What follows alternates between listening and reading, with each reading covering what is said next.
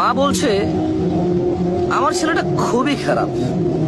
বউয়ের কথা শুনে ওই একই মা বলছে যে মেয়ের জামাইটাও ভালো না, মেয়ের একটা কথাও শোনে না। বোন বাপের বাড়ি এসে বলল যে ভাইটা আগের মতো নেই, খারাপ হয়ে গেছে, তত্ত্ব তালাশ করে না, দাওয়াত দেয় না, খোঁজ খবর নেয় না, ঈদ চাঁদ কোরবানি যায় জামা কাপড় দেয় না, একটু দাওয়াতও করে না, একটু বিপদে পড়লে হেল্প করে না।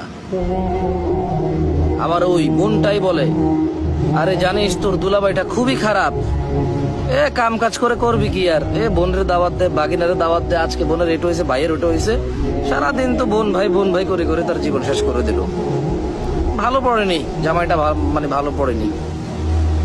অবাক অবাক করা চরিত্র না? মা তার ছেলের জন্য যে চরিত্রকে অপছন্দ করে, ঘৃণা করে, বদ্দুয়া